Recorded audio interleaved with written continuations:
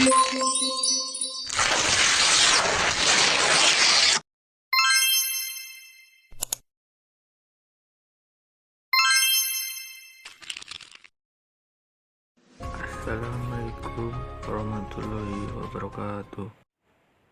Penguatan sistem kesehatan dalam pengendalian COVID-19.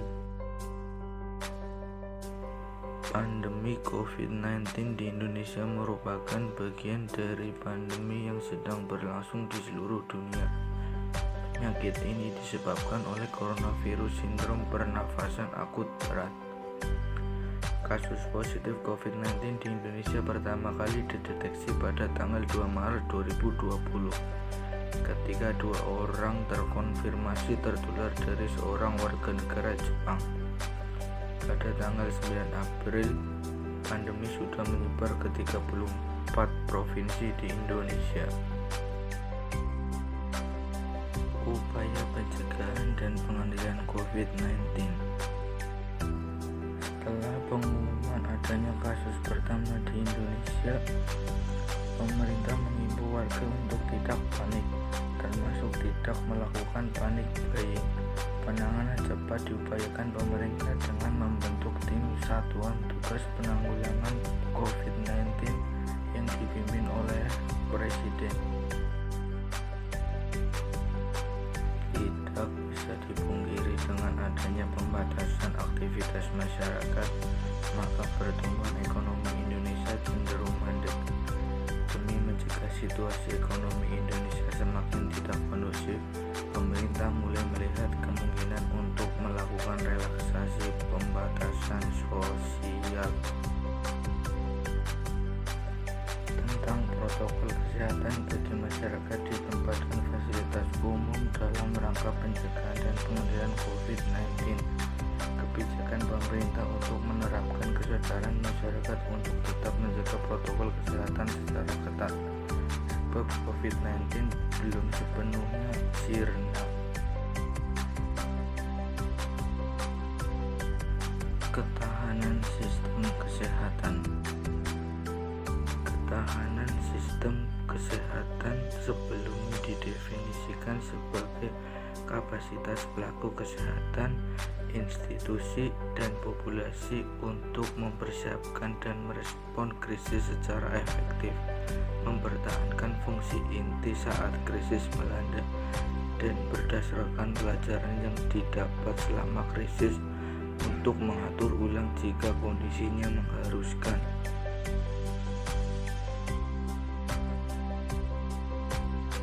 Sistem kesehatan yang tidak siap di seluruh dunia secara tidak langsung berkontribusi pada penularan penyakit selama epidemi.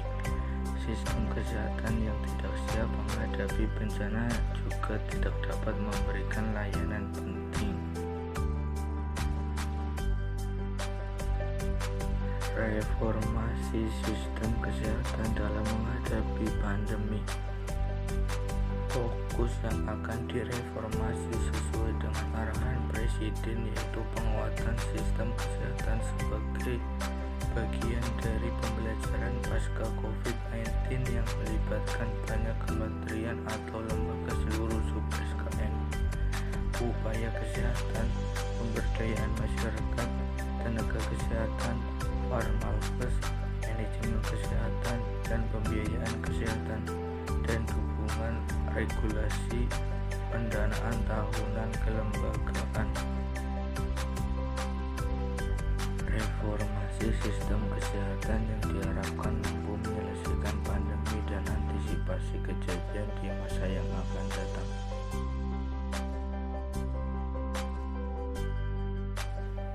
Indikator reformasi sistem kesehatan.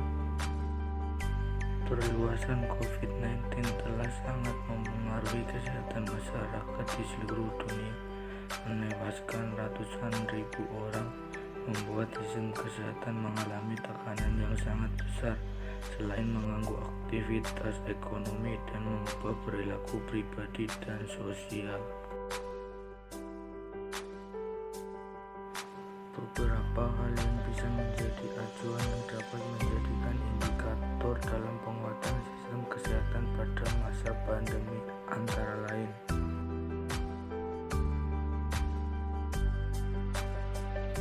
1. Kemampuan layanan kesehatan dasar. Sistem kesehatan yang ditunggu mempertahankan tingkat dasar pemberian layanan kesehatan rutin selama keadaan darurat.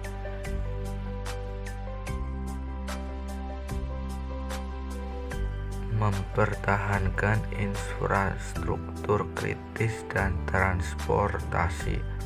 Sistem kesehatan yang tangguh mengembangkan rencana untuk mengatasi gangguan dalam infrastruktur dan transportasi kritis. Akses tepat waktu dan fleksibel ke pembiayaan darurat atau kritis. Sistem kesehatan yang tangguh memiliki akses pembiayaan yang tepat waktu dan fleksibel sehingga dapat lebih mempersiapkan dan menanggapi keadaan darurat kesehatan masyarakat.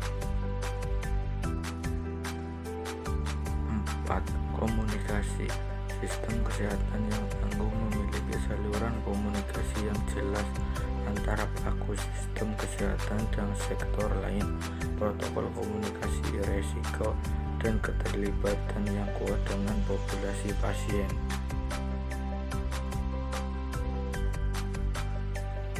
5.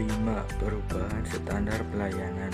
Sistem kesehatan yang tangguh memiliki rencana respon yang dapat disesuaikan untuk memandu mereka dalam mengalokasikan sumber daya dan layanan perawatan kesehatan yang langka.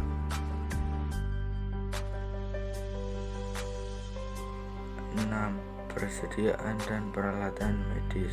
Sistem kesehatan yang tangguh memiliki akses persediaan dan peralatan medis, termasuk peralatan pelindung diri, antivirus, dan ventilator selama krisis.